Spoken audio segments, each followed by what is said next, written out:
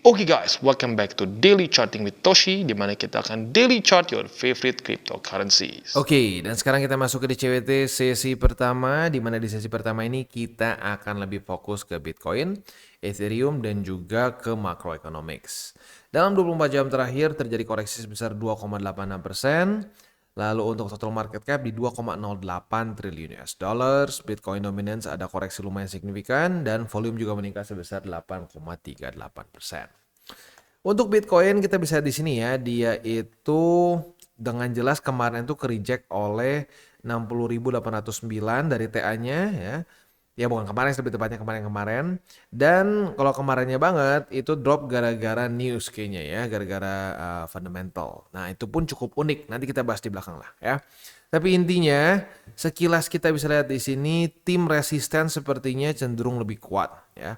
Nah, tetapi untuk tim support kita masih bisa lihat di sini 56.623 masih menjadi support yang lumayan bagus untuk Bitcoin. Kita lihat dalam beberapa hari ke depan, terutama EMA20 sudah semakin mendekat nih ya.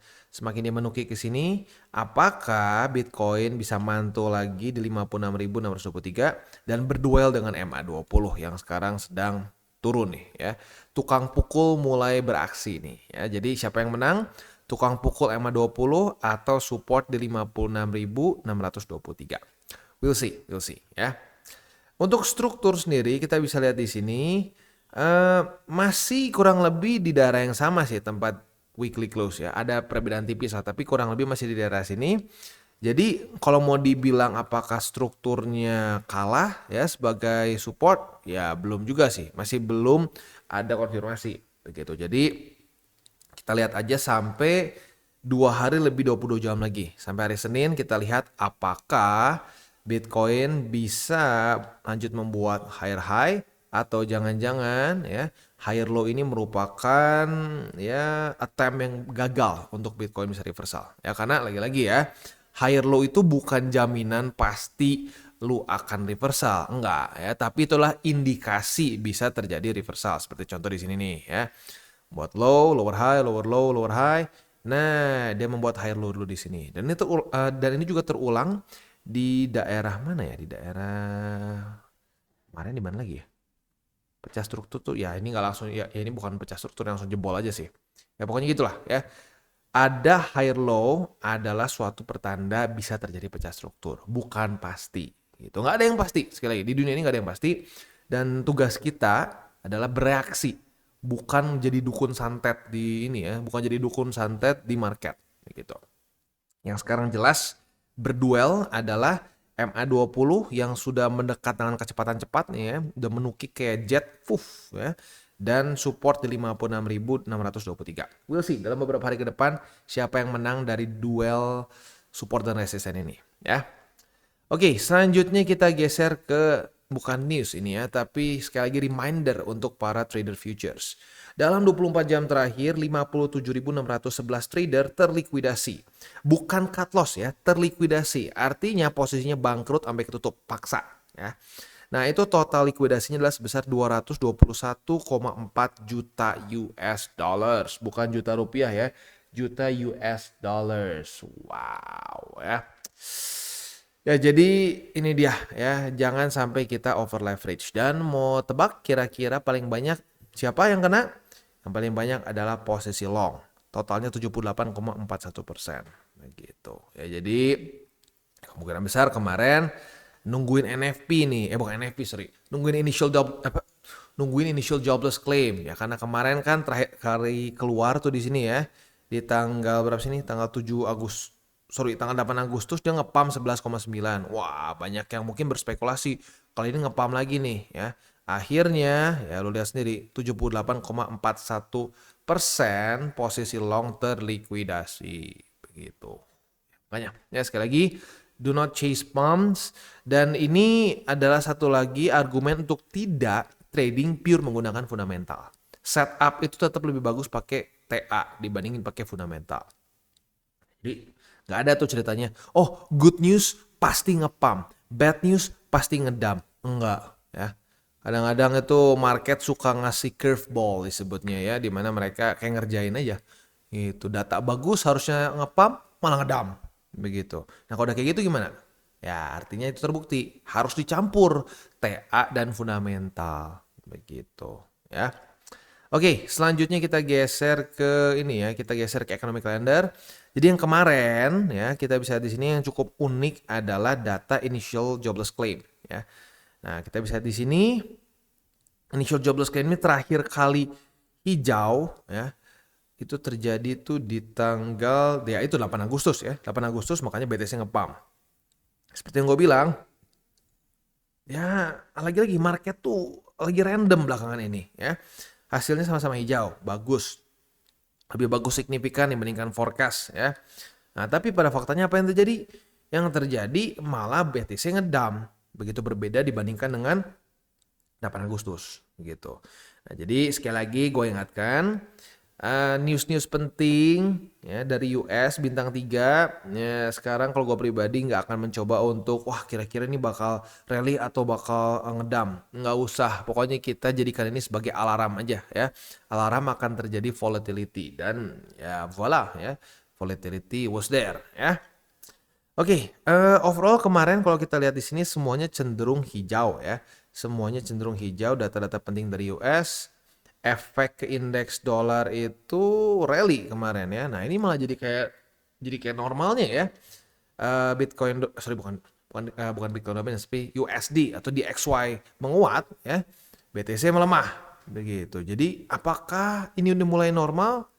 Nah, tapi tanggal 8 Agustus kemarin enggak. Jadi kalau menurut gua sih jangan terburu-buru. Kalau gua pribadi tetap akan melihat economic data ini sekarang masih menjadi alarm aja. Kita nggak usah melihat hasilnya seperti apa dan kita mencoba untuk menebak akan ke atas atau ke bawah. Udah nggak, pokoknya kita jadiin aja alarm akan terjadi volatility gitu. Untuk hari ini ada apa ya? Coba kita cek. Oh, hari Jumat kayaknya nggak ada ya kalau nggak salah. Yap, benar, Jumat nggak ada. Jadi kayaknya minggu ini udah beres deh ya. Data-data penting dari US semuanya udah keluar dan market sudah cukup terguncang ya. Kita bisa di sini market ya naik, turun ya, dan seterusnya. Oke. Kita akan lihat dulu ke Bitcoin dominance. Untuk Bitcoin dominance kita bisa di sini kemarin melemah ya, dan ke-reject oleh MA20. Sekarang di-retest lagi MA20 dan struktur 56,92%. Ya, tapi nggak bisa dipungkiri ini masih dalam tahap-tahap yang jelas mendominasi ya untuk Bitcoin. Jadi ya buat lo yang masih penasaran kenapa bisa seperti ini ya, kalau buat lo yang sudah sering nonton TCI pasti udah hafal ya. Jawabannya adalah secara data dan faktanya masih belum ada liquidity gitu ya, interest rate masih tinggi. Itu belum berubah dari berapa? Udah setahun ya. Udah setahun belum berubah, masih tinggi banget 5,5% interest rate di US. Lalu balance sheet masih terus turun gitu. Jadi selama dua hal ini masih seperti sekarang ya. Yang warna ini jadi warnanya berubah nggak tahu kenapa ya. Yang warna pink ini adalah interest rate. Selama dia masih terus di atas di sini dan balance sheet masih terus turun, cenderungnya Bitcoin dominance akan mendominasi begitu. Dan sekali lagi ya, market tuh nggak peduli sama perasaan lu mau ketok-ketok, lu mau bilang kita sudah pastikan altcoin season atau apapun. Market nggak peduli, market lebih percaya sama data gitu. Nah datanya menunjukkan belum waktunya, liquidity-nya masih kurang gitu. Jadi intinya sih kita sih mendingan lihat data gitu daripada kita lihat orang ngetok-ngetok palu gitu. Kalau ngetok-ngetok palu doang mah gampang gitu ya. Mungkin juga bisa tok apa besok kaya gitu. Ya nggak bisa. Jangan begitulah gitu ya. Kalau market segampang itu ya cuma ngetok-ngetok langsung profit sih. Waduh, ya gue tiap hari gue ketok-ketok aja tuh semua. Ya gue ketok-ketok meja, ketok-ketok pintu semua ya. Oke, jadi kurang lebih seperti itu gambarannya. Sekarang mungkin sedikit kewejangan ya, wejangan untuk para newbies. Kalau gue lihat, at least di ini ya, di TCI udah mulai banyak yang mulai paham nih bang. Gue happy banget, kenapa? Karena banyak yang bilang, aduh bang tadinya gue pusing bang, gue stres. Pakai duit dingin loh bang, padahal pakai duit dingin tapi tetap stres. Nah kenapa bisa seperti itu? Kalau menurut gue, ya karena ekspektasi yang tidak sesuai sebelumnya gitu ya. Di waktu bersamaan bukan salah lu juga sih ya. We'll never know. Lu mungkin ngelihat orang siapa si A si B yang ngomong wah masukin duit segini setengah tahun atau berapa setahun kemudian akan jadi berapa miliar. Nah, ya lu mungkin dengan pemikiran seperti itu, dengan target seperti itu gitu ya, nggak sampai-sampai gitu sampai sekarang. Jadi lu ngerasa aduh kesel. Tapi waktu lu udah denger ya TCI berkali-kali kita kasih kita kasih target yang lebih realistik, kita kasih semua data dan fakta. Lu jadi pelan-pelan, oke. Yang sebelumnya tuh nggak make sense. Nah, makanya lu jadi sekarang lebih tenang gitu. Jadi ini penting banget ya, kita itu harus punya target yang make sense. Itu jangan sampai ditanya misalkan, oh target kamu apa dalam waktu 1 tahun ke depan? Saya pengen nikah sama idol Korea gitu ya. Oh siapa gitu misalnya New Jeans gitu apa gitu. Wah terus gue pengen punya Lambo 10. Itu gak make sense gitu loh. Lu punya target yang make sense dulu. Oh gue punya tabungan sekian. Misalkan gue punya tabungan 5 kali dari gaji gua gitu, gue punya emergency fund berapa bulan gitu, dan seterusnya. Jangan yang ngawang-ngawang. Kalau ngawang-ngawang, lu nanti lama-lama mental lu capek karena nggak nyampe-nyampe, begitu. Ya, oke. Jadi ya mungkin intinya sekali lagi pemilihan konten, pemilihan data yang lu lihat ya, itu juga penting data dan info gitu karena di waktu yang bersamaan, waktu gua bilang hati-hati di sini banyak yang bilang akan lanjut ngepam tanpa mau lihat data. Gitu karena data nggak gini loh. Kalau dibilang, "Oh, tapi Bang, kan lu analisa data." Gini deh, anggap lu nggak bisa analisa data sama sekali. Lu lihat kemarin di bulan April ya, Maret April lah ya. Kita bisa lihat di sini itu udah 7 bulan berturut-turut bullish candle. Nah sekarang gue tanya lagi kapan terakhir kali Bitcoin 7 bulan berturut-turut bullish candle nutupnya. Setahu gue belum pernah terjadi. Selalu ada minimal sebulan di mana terjadi koreksi. Gitu loh. Nah, jadi sebenarnya mau dibilang, oh bang ya susah bang soalnya lu bisa analisa. Nggak juga. Lu nggak perlu analisa data terlalu ekstrim pun. Lu pakai logika berpikir ini gila. 7 bulan begini masa nggak ada koreksi sama sekali. Nah gitu. Dan yang seremnya adalah di sini banyak yang bilang udah borong, all in ya. Kata jargon yang paling gue dulu sampai rada enak adalah gini, ini belum halving aja udah ngepam, udah halving lanjut. Ya, sayangnya tidak seperti itu cara kerjanya. Apapun yang naik dengan terlalu cepat itu akan koreksi juga. Contoh kayak di sini nih ya, ini parabolik gila kan? Parabolik, boom. Apakah setelah turun bull market selesai? Enggak. Masih ada lanjutan nih, second leg. Begitu. Jadi ya makanya itu dia pentingnya kita untuk terus masukin ilmu lah ke otak kita ya. Oke, selanjutnya kita akan masuk ke buy limit. Tetapi sebelum kita masuk ke buy limit, seperti biasa gue akan disclaimer dulu bahwa semua konten dari TCI bukan financial advice. Ini semua bentuknya adalah edukasi ya. Lalu bagaimana cara untuk mendukung TCI? Ada banyak caranya. Lu bisa like our video, bisa share our video, atau juga bisa menggunakan link referral kita di bawah. Oke, today's video is brought to you by Bybit. Dimana di Bybit ini kita bisa melakukan berbagai macam hal ya, mulai dari yang newbie sampai yang sudah advance. Buat mungkin lo merasa bahwa aduh bang gue masih nggak ngerti nih TA, gue masih nggak ngerti charting dan seterusnya, tapi pengen akumulasi, pengen DCA murni, bisa lo tinggal masuk ke sini one click buy, dimana lo bisa pilih lo mau pakai apa ya fiatnya, lo tinggal pilih juga asetnya apa ya, misalkan lo pengen akumulasi BTC. Misalkan setiap hari Senin jam 7 pagi, misalkan gue pengen akumulasi BTC sebesar Rp100.000 misalkan ya, lu bisa langsung lakukan di sini, bisa peer to peer, bisa Dana, Bank BRI dan lain-lain. Ini gila ya, bisa pakai BCA Mobile dan seterusnya. Jadi Bybit ini memang cocok banget buat orang-orang yang tinggal di Indo ya, bisa langsung pakai bank-bank yang memang sudah biasa kita pakai di Indo ya. Nah, buat yang intermediate sampai advance juga di sini ada spot, nah, dan juga ada leverage tokens, dan tentu juga ada derivatives trading, di mana kita bisa menggunakan kontrak yang USDT maupun USDC. Jadi di sini lo bisa pakai USDC ya, karena nggak semua exchanger bisa menerima untuk futuresnya pakai USDC ya. Dan tentu juga lo bisa earning bunga juga dari kripto lo dan lain-lain. Dan tentu juga di sini kita bisa melakukan copy trade ya, di mana copy trade dari Bybit ini sudah cukup terkenal ya, dan kita bisa mendapatkan keuntungan juga. First copy trade kita bisa ada protection 100 USDT loss coverage ya, dan seterusnya ya. Jadi buat lo yang tertarik bisa silakan pakai, klik di link referral kita di bawah. Oke, dan sekarang kita masuk ke Bitcoin. Untuk Bitcoin secara posisi short ini ya, buat lo yang agresif banget kemarin ya, kena target TP juga akhirnya ya. Ya tapi makanya gue ingetin ya, untuk risk profile, agresif, konservatif, ataupun di tengah-tengah intermediate itu bukan pilihan mana yang lebih profit ya, tapi itu adalah risk tolerance lo. Karena orang yang orang yang agresif pun nggak selalu profit. Kadang-kadang agresif malah cut loss juga sering kali terjadi. Gitu. Jadi jangan iri gitu kesannya. Wah, yang agresif hari ini profitnya gila. Besok gue agresif nggak, bukan gitu. Agresif, intermediate sama konservatif itu tergantung lu tahan segimana untuk mengambil resiko gitu ya. Nah, buat yang agresif kemarin lu berarti profit di 7% lah kurang lebih ya. Asik.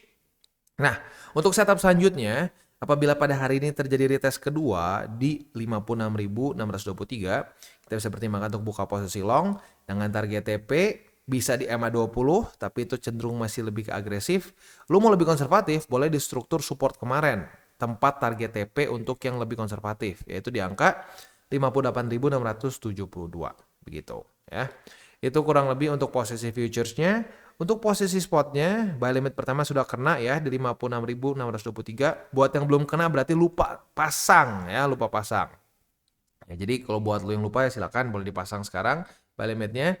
Lalu buy limit selanjutnya di 52.297 dan di 50.750. Itu untuk posisi spot di Bitcoin. Untuk di Ethereum, kita bisa lihat di sini kemarin ya ini berbeda kasusnya dengan Bitcoin ya. Bitcoin berhasil mantul di satu struktur support, sementara Ethereum gagal. Ya, sempat di retest dan mantul di hari Selasa, tapi sayangnya kemarin Kamis sampai jam 7 pagi tadi tepatnya ya, jebol.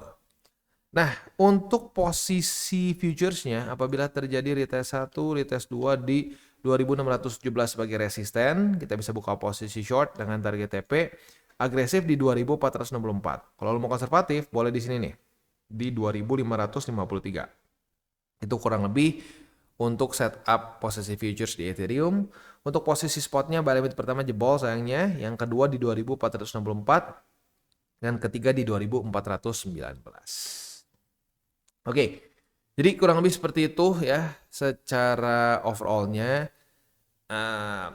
Secara TA kita bisa lihat ya masih ada perdebatan mau bullish, bearish, dan dua-duanya menurut gua make sense ya. Kita bisa lihat Bitcoin di weekly-nya ya kita pecah struktur, tapi di daily ya banyak sekali resisten yang sudah numpuk dan cukup efektif menjadi resisten. Kita bisa di sini MA 200 di retest. Lalu kalau kita ngomongin BSB juga di retest di sini ya. Semuanya berhasil menjadi resisten. Tapi di waktu bersamaan juga ya BTC masih nahan di harga kemarin weekly close. Jadi kalau untuk TA ya ini kayak lagi ya duel aja ya, kita lagi duel ya, tinggal kita lihat siapa yang menang. Nah, kalau secara fundamental ya data juga makin mix, lu bisa lihat ya. Initial jobless claim udah 2 kali bagus ya, tapi kemarin juga sempat ada yang masih merah gitu. Jadi ya jujurnya kalau mau dibilang makin belum pasti gitu. Makanya gue bingung kalau ada orang bisa bilang wah pasti A, pasti B, pasti PAM, pasti DAM. Dari mana? Ini datanya semua mixed gitu loh. Datanya mix. Jadi ya lagi-lagi ya tugas kita adalah bereaksi terhadap market ya, bukan jadi dukun santet gitu. Kita tutup dengan 3 golden rules. Jangan pakai uang panas, jangan over leverage, dan berpikirlah jangka panjang. Oke guys, jadi itu adalah akhir dari segmen DCWT kita pada hari ini. Dan jangan lupa bagi kalian yang merasakan manfaat dari segmen ini, jangan lupa untuk share ke teman-teman kalian. Dan apabila lu pengen mensupport channel kita, ya TCI, jangan lupa untuk menggunakan link referral kita di bawah. Nggak wajib ya, tetapi apabila lu menggunakan link referral kita di bawah, ada macam-macam ya, dari Bybit, Huobi, Maxi, toko kripto, dan banyak lagi ya.